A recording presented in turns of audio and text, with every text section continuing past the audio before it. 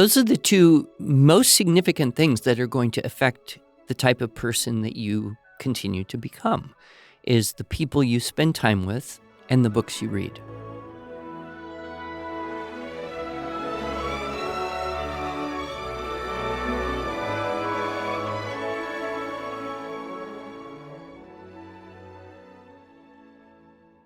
Hello, and welcome to the Arts of Language podcast with Andrew Pudewa, founder of the Institute for Excellence in Writing, or as many like to say, IEW. My name is Julie Walker, and I'm honored to serve Andrew and IEW as the Chief Marketing Officer. Our goal is to equip teachers and teaching parents with methods and materials which will aid them in training their students to become confident and competent communicators and thinkers.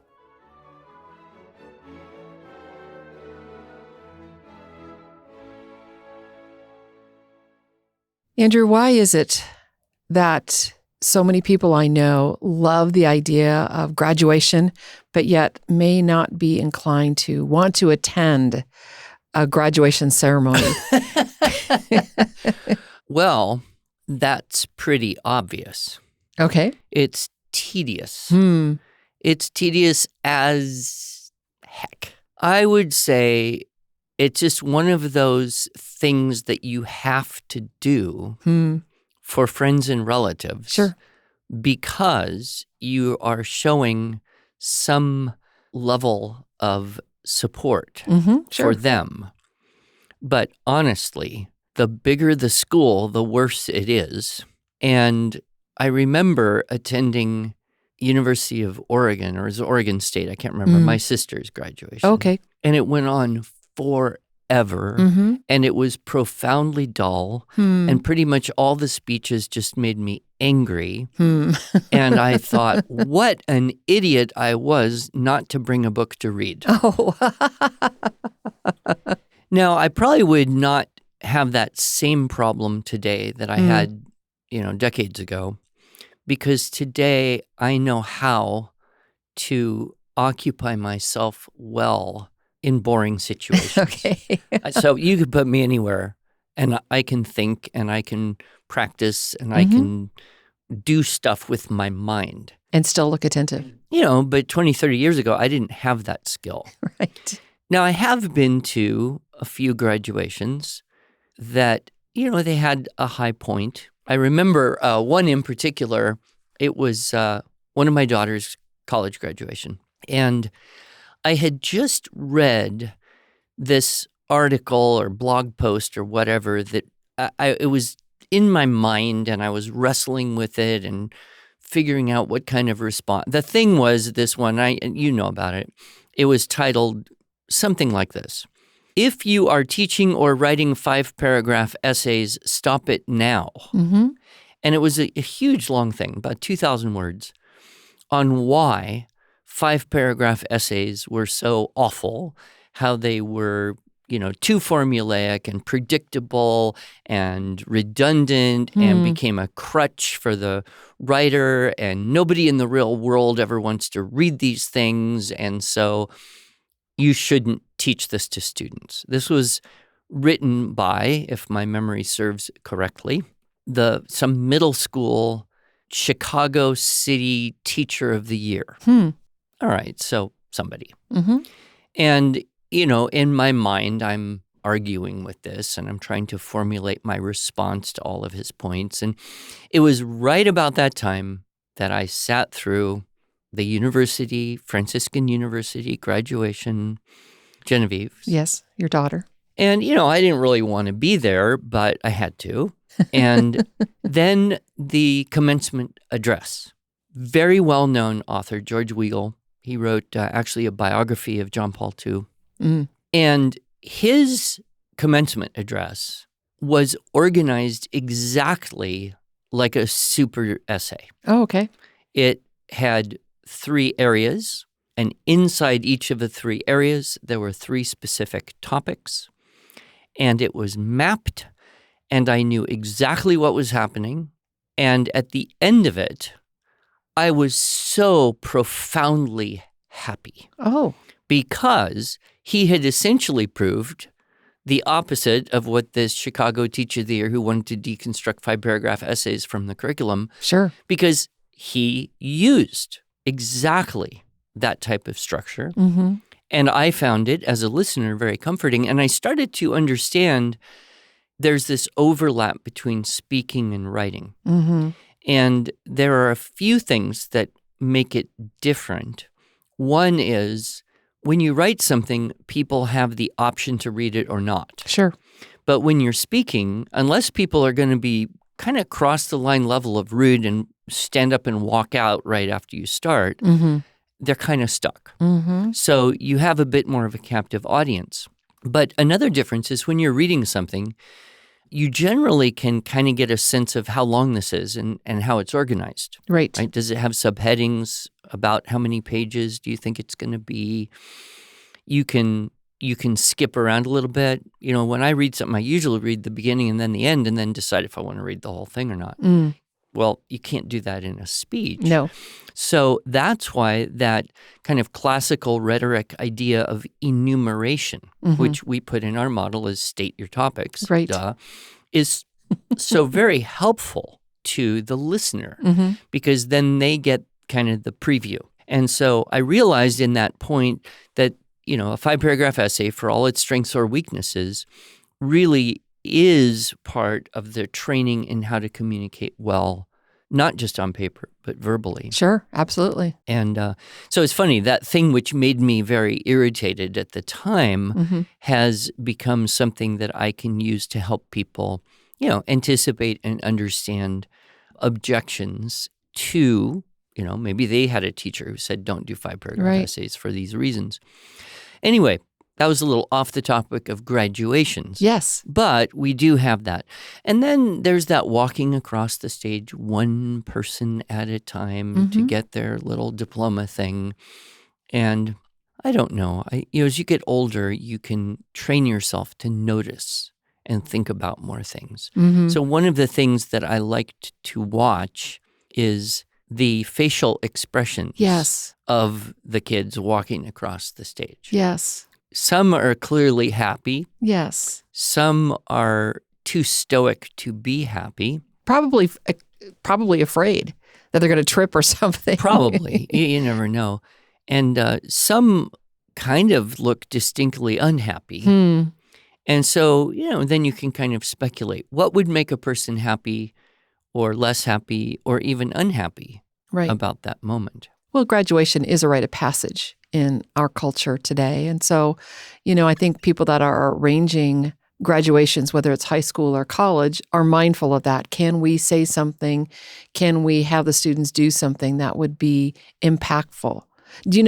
I was not actually at this graduation, but I heard of my father's college graduation when he graduated from the University of Minnesota. Mm-hmm. Shortest commencement on record. Wow. That would be Because in the middle of the commencement speech, it started to rain. And it was a Minnesota thunderstorm. And basically the president of the university got up and said he conferred all the degrees. Now we're done. run for cover, we're right? Going. Yeah. Well, I've had invitations to speak Sure. at commencement for homeschool organizations. And I pretty much always say yes. Mm-hmm. And then as soon as I say yes, I kind of have this background level prayer going on. Mm-hmm. What does God want these people to hear? Yeah. Right?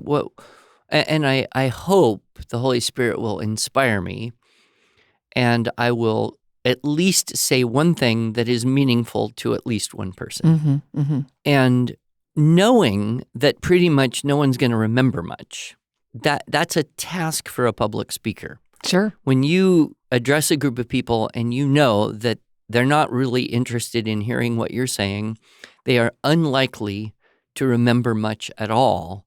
So can you embed one thing that's dramatic or significant enough that they might take it away? Right. Otherwise, it's just all blank. Sure. And why did you do it to begin with? It's like a ceremony, and you just have to walk through all the aspects of the ceremony, knowing that the whole thing is just going to be a fuzz in the end. Yep. Yep. And oftentimes they'll have one or more of the students, the valedictorian or the Oh, sure, yeah. that kind of thing. Again, nobody remembers. Hmm. But I have always thought, okay, if I can just say one thing and then make it short, Mm-hmm. because the longer it is, the less likely they'll remember even that one thing. Sure. You know? So what would you say today, Andrew, to the high school graduates, the college graduates who are listening to this podcast? Because this is May and we have many who are graduating. Yeah, so I, of course, like to inject a little bit of humor. You Mm-hmm. have to have a hook. You've got to, get people to think that at least this isn't going to be horrible. So one of the things I like to start off with is this, supposedly, there is an ancient Chinese curse that says, "May you be born in interesting times." Mm. There's no evidence that I could find that this is either Chinese or ancient, but the best that I know, John F. Kennedy claimed that this was an ancient Chinese curse. And of course, he was president during very interesting times. Yes, he was. And in a way, everyone's born during very interesting times. It's just that sometimes seem a little more tumultuously or dangerously or frighteningly interesting than others. And, so you can build on that a little bit, but not too tedious because you can't get too depressing, right? Right. You can't really point out to all of these happy-faced new graduates how desperately dangerous and horrible is the world that they have been born into and now have to enter. And right, so you have to couch it a little bit, but okay, so a little bit of humor, a little bit of serious, and then I guess you kind of think, what do I wish I had thought about more when I was that age, right? And the one I really like to focus on is your only real asset is time. Right? People have different amounts of money, and some people have a little bit of money and use it well, and other people have lots of money and use it badly, and other people have lots of money and don't do anything with it. And, but everyone has the same amount of time. It's the great equalizer. Yes. It's the democratizer of humanity, Mm-hmm. right? And that this is how you will invest in yourself. So that's point one, is to kind of say, this is your asset, right?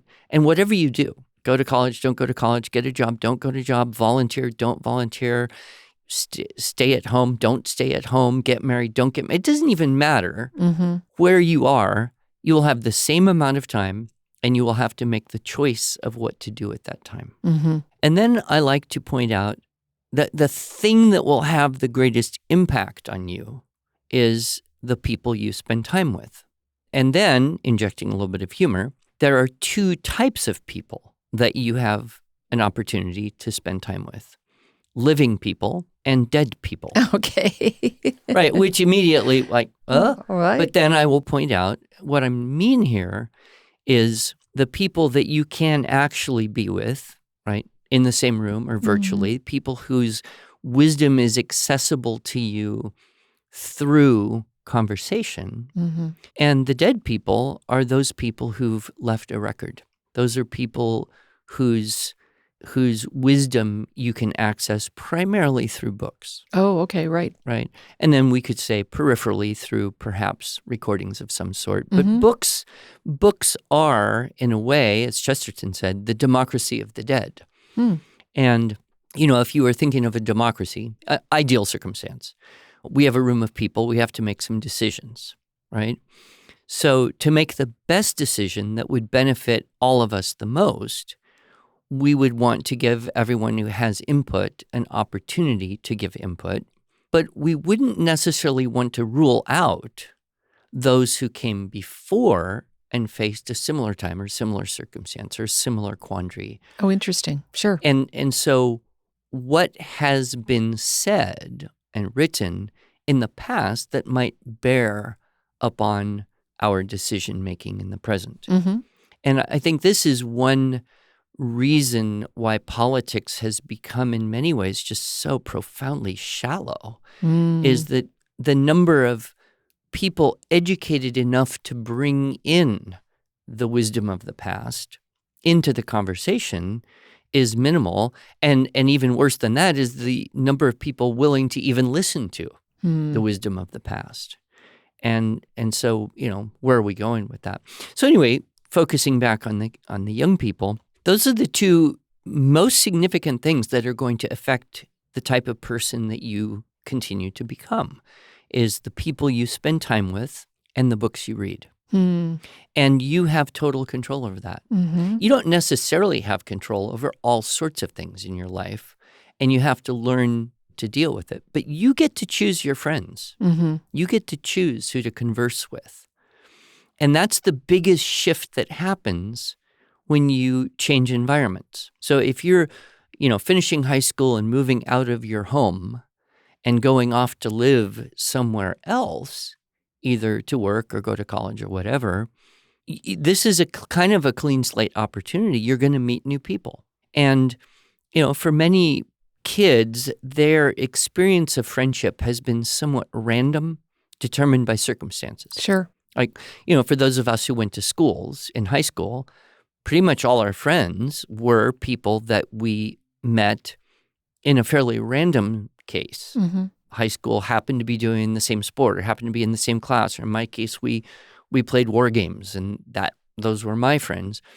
But I didn't really choose them. It was circumstantial. Sure. But now you have an opportunity to look for people who are smarter and better than you. And you can choose to befriend someone who has strengths and virtues and character qualities. The whole trick of becoming a better person is to try to hang out with someone who's better than you in some way. It's true. And then, of course, an ideal friendship is when you have things to offer and your friend has things to give. And so you have that exchange of virtuous influence. But if you don't consciously do this, it's very easy to either fall into these are just the people around me, so I'll hang out with them. And random groups of people very often tend to sink into kind of the lower common denominator of language and attitude and behavior, whatnot.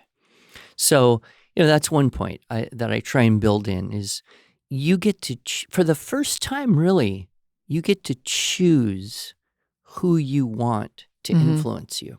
Right. I like that. And that goes true with, you go off to college, you really, for the first time, have more influence on who are the teachers, right? So who are you going to sit under? And then who are you going to spend time with and study with? And what kind of groups or clubs or organizations or service activity, right? You get to choose all that. So choose well. Yes. The other thing is, you've spent most of your time being told what to read, either by your parents or the curriculum in the school or whatnot. But now you have a chance to decide what to read. And that's a tremendous investment of time. When you think about the hours it takes to read a book or listen to a book or whatever you do with books, the older I get, the more I realize, I want that time to be redeemed. I want it to have value. And so, the things that I used to do when I was younger, which were of value because they are fun, don't really have the same lasting impact. So I'm less interested in fun or entertaining or amusing things, and I'm more interested in things that will give me ideas or insights that I can apply for my physical, spiritual, mental, professional well-being. So trying to, shift kids that way. And so that's the basic message I like to focus on is you get to choose. And, depending on the audience, I may touch a little bit at the end on some of the challenges that you will face in the coming decades. Sure. Some of the uncertainties and how to best be prepared for these uncertainties. And I don't have all the answers, but right. I can point. I think one person who is particularly good at this kind of talk. And I know he's done some of these, and they're available, YouTube and whatnot.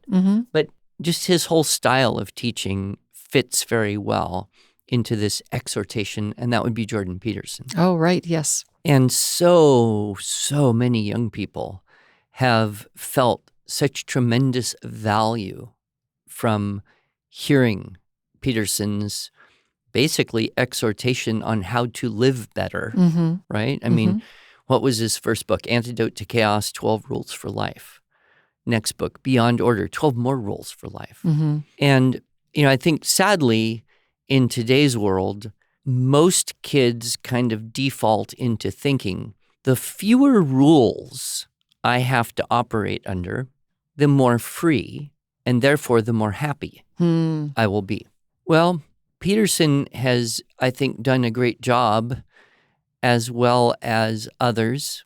I'm thinking of certain leaders in the military. I'm thinking of biblical content. Yep. And I'm doing the Bible in a Year podcast. Oh, nice. And Okay. I got really kind of, stuck in Numbers and Deuteronomy and Leviticus. You're just thinking, These are a lot of rules. this is just weird. But fortunately, the guy who's doing it is explaining, okay, so why these laws? Sure.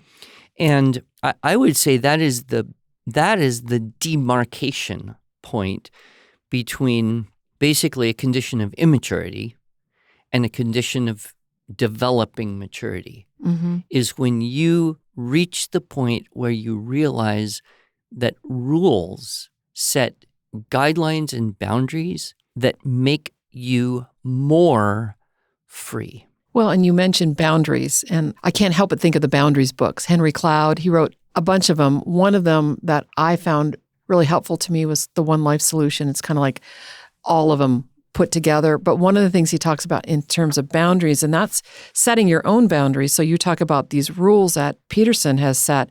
I think they're self-imposed. We make a decision to, I have a rule, and that's what Cloud says in his book, One Life Solution.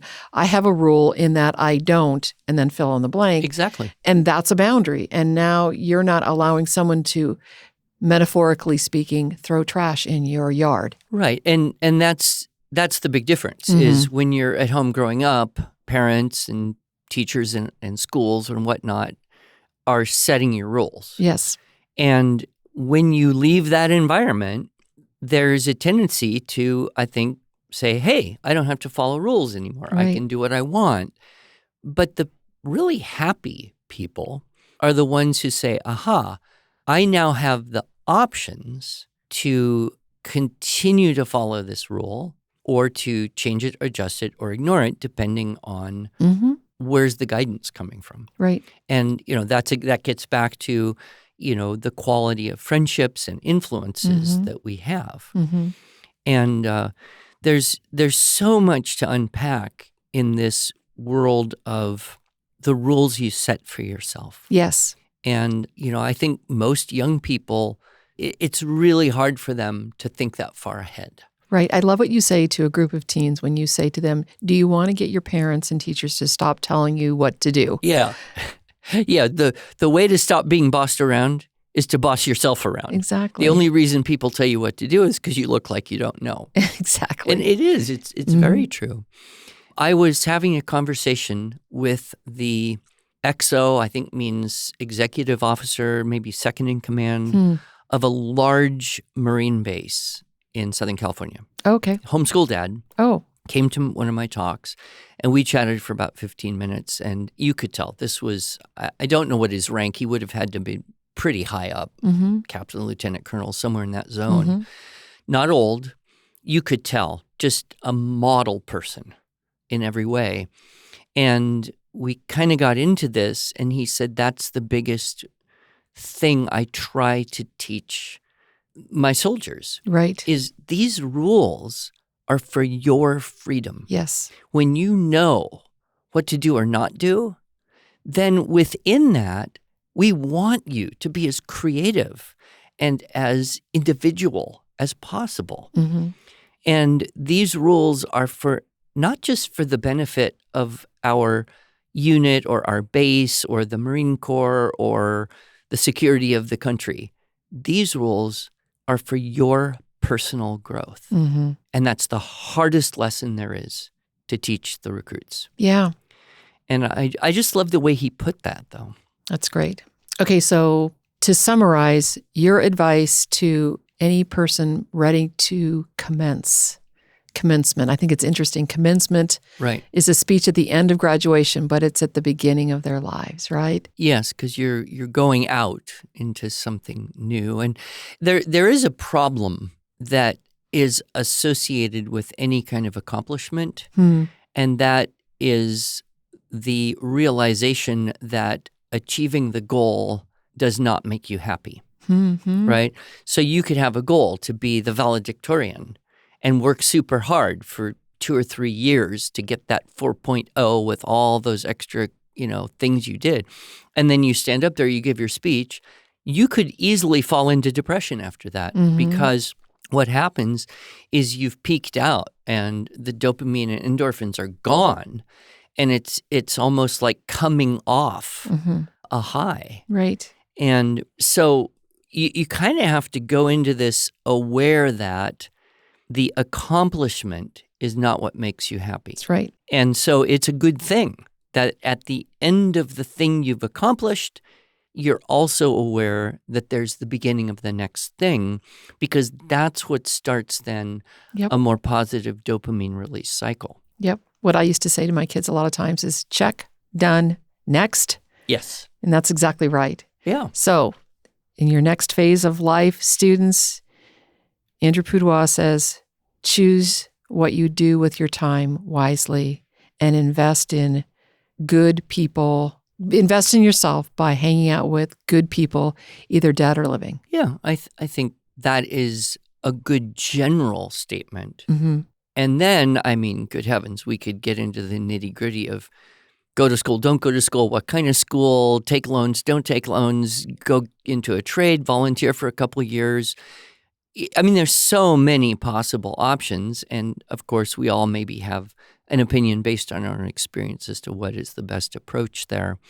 And, we've talked to some guests here about different options that are kind of apart from the conveyor belt system that everybody gets on. But that's another subject for another day. Exactly.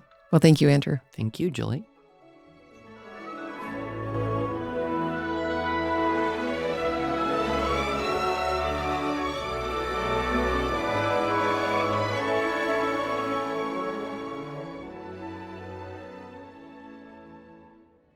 Thanks so much for joining us. If you enjoyed this episode and want to hear more, please subscribe to our podcast in iTunes, Google Podcasts, Stitcher, or Spotify, or just visit us each week at iew.com/podcasts. Here you can also find show notes and relevant links from today's broadcast. One last thing, would you mind going to iTunes to rate and review our podcast? This really helps other smart, caring listeners like you find us. Thanks so much.